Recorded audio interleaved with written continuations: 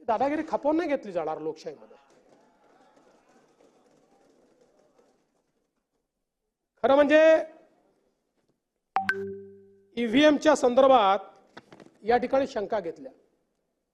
पहिल्यांदा तर हे लक्षात ठेवा, या देशामध्ये 2012 पर्यंतच ईव्हीएम होतं. 2012 नंतर ईव्हीएम नाही आहे, 2012 नंतर व्हीव्हीपॅट आहे. आणि ईव्हीएम आणि व्हीव्हीपॅट मधला महत्वाचा फरक काय आहे? व्हीव्हीपॅट म्हणजे बॅलेट पेपरवरचं मतदान आहे. आपण प्रत्येक जण मतदानाला जातो, आपण बटन दाबतो, ती बटन दाबल्यानंतर कोणाला मत मिळालेलं आहे त्याचा चिन्ह आपल्याला दिसतं, ते चिन्ह खाली जातं, ते बॅलेट बॉक्समध्ये जातं. पहिल्यांदा तर आपल्याला ते घेऊन बॅलेट बॉक्समध्ये टाकावं लागायचं, ते ऑटोमॅटिक झालं, ते बॅलेट बॉक्समध्ये जातं. आणि ईव्हीएमच्या गिनतीनंतर रॅन्डमली व्हीव्हीपॅटची पण गिनती केली जाते आणि हे दोन जुळलं तरच निकाल जाहीर केला जातो. त्यामुळे आता केवळ ईव्हीएम नाही आहे, बॅलेट पेपरवरचं हे व्हीव्हीपॅट आहे. व्हीव्हीपॅटवर आपण त्या ठिकाणी निवडणूक करतोय. त्यामुळे जे ईव्हीएम चाललेलं आहे ना, ईव्हीएमचा अर्थ एवढाच आहे, एव्हरी वोट फॉर महाराष्ट्र, जे महाराष्ट्राने आम्हाला या ठिकाणी दिलेलं आहे. आणि या फेक नरेटिव्ह फॅक्टरीमध्ये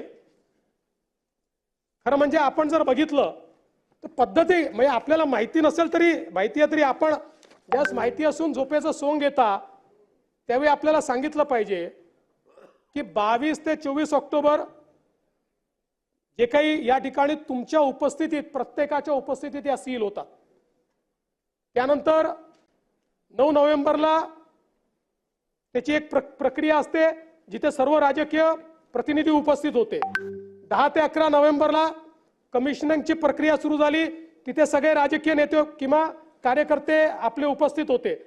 11 तारखेला सुरक्षा कक्ष उघडला, तिथे सगळ्यांना उपस्थित राहण्याची मान्यता होती. आणि मतदानाच्या प्रक्रियेच्या दरम्यान 17C भाग 2 ची प्रत प्रत्येक बूथ एजंटकडे उपलब्ध असते, प्रत्येक बूथ एजंटकडे, प्रत्येकाकडे. पण ही एक नवीन पद्धत झाली आहे की निकाल आपल्या बाजूने लागला तर जनतेचा कौल, निकाल आपल्या बाजूने लागला तर लोकशाहीचा विजय, आणि निकाल विरोधात गेला की ईव्हीएम, इलेक्शन कमिशन, लोकशाहीचा खून. खरं म्हणजे जे संविधान घेऊन आपण फिरतो ना, एक प्रकारे या संविधानावर दाखवलेला अविश्वास आहे. या संविधानाने या ठिकाणी ज्या इन्स्टिट्यूशन्स तयार केलेल्या आहेत त्या संस्थांवर अविश्वास तयार करणं. आपण राजद्रोह नेहमी म्हणतो, राजद्रोहाचा अर्थ काय आहे? सुप्रीम कोर्टाने राजद्रोहाचा अर्थ काय दिलेला आहे?